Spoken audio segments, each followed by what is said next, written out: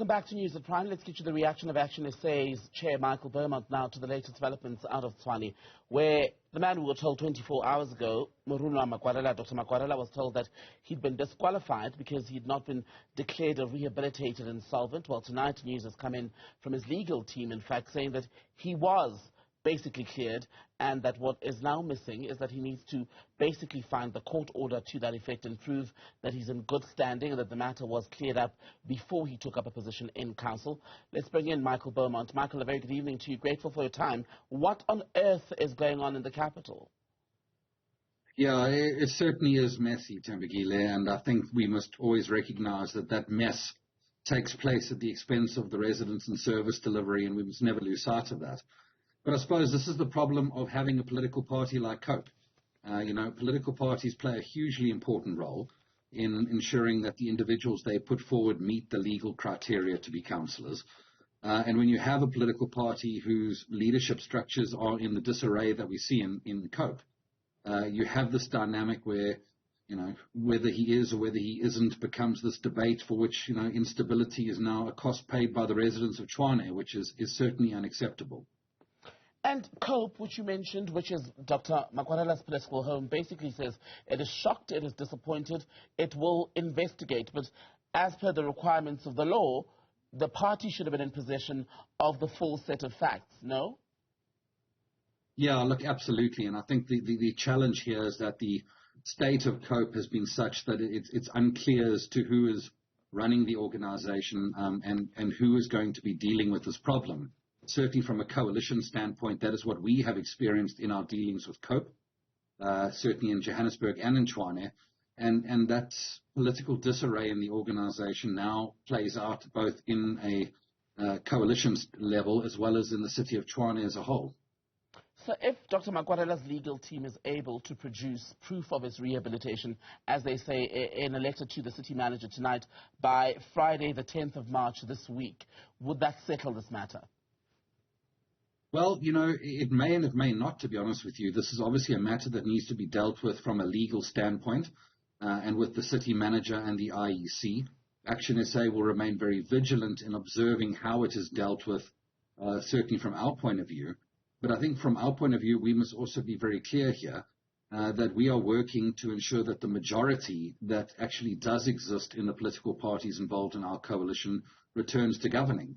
And if that happens because Councillor Makwarela has been put forward when he should not have been, by all means that we can pursue as one means of removing him and putting in place our coalition mayor.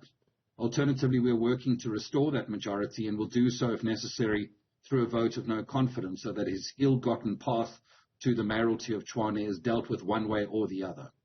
There has been the allegation that the DA was aware, which leads the coalition in Tshwane, your coalition, was aware of Dr. Makwarela's situation and basically kept it under wraps. Was this week the first time you as ActionSA found out that there was an issue around insolvency? Without any question. I think we need to be very clear that the issue of people's eligibility to be councillors happens at the stage where political parties nominate councillors to the IEC before the general election, long before there is a negotiation of a coalition agreement. So, that whole phase is one that is a relationship between COPE, the candidate, and the IEC, for which ActionSA was obviously not involved in any way or form. And we in the coalition are led to believe, by way of our agreement, that political parties in our coalition undertake these kind of due processes and due diligence. I think from our point of view, it would be exceedingly disappointing to learn if any coalition partner of ours knew about this and kept quiet when it was expedient to do so. Because that would be unacceptable from our point of view. So this whole episode, if it is true that he's not been rehabilitated or declared rehabilitated in terms of insolvency, would be clumsy at best, administratively, or blatantly dishonest, right? Yeah, without any question. I think if an individual accepts nomination to a position which they know they are not eligible to hold, that is unquestionably dishonest. I would go as far as saying it would be fraud. And the question of whether or not the public money spent on that individual, both in terms of their holding of office and their salary, etc., I imagine, would be something that would need to be discussed in terms of retrieving that by virtue of it being the product of fraud. These are things that are going to have to be looked at, but it is also clumsy, as you correctly observe. But this is essentially what happens when you have a group of political parties that rally behind a candidate for nefarious intent. And let's be honest, a candidate whose party got 2,500 votes out of the 1.3 million votes cast in the city of Tshwane in 2021.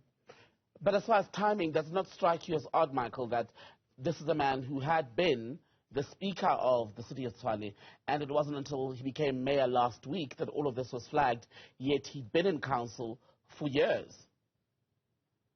Yeah, look, without any question. And I think it points to what I would certainly perceive to be an inadequacy in the processes, because, right now you have this dynamic where, individuals are responsible for making declarations as to their candidature, political parties are responsible, and one would venture the municipality bears some responsibility as well. And typically in an environment where everyone's a little bit responsible, you generally have no one responsible enough. And I think certainly we need to look at the role of the municipality. The municipality is an entity that has the resources and certainly the interest to ensure that every one of the councillors concerned is eligible to be a councillor, bearing in mind the implications to that municipality if serious decisions are made by someone or led by someone who shouldn't be there in the first place. Thank you very much for that. Michael Beaumont, chairperson of ActionSA. Good to speak to you. Thank you.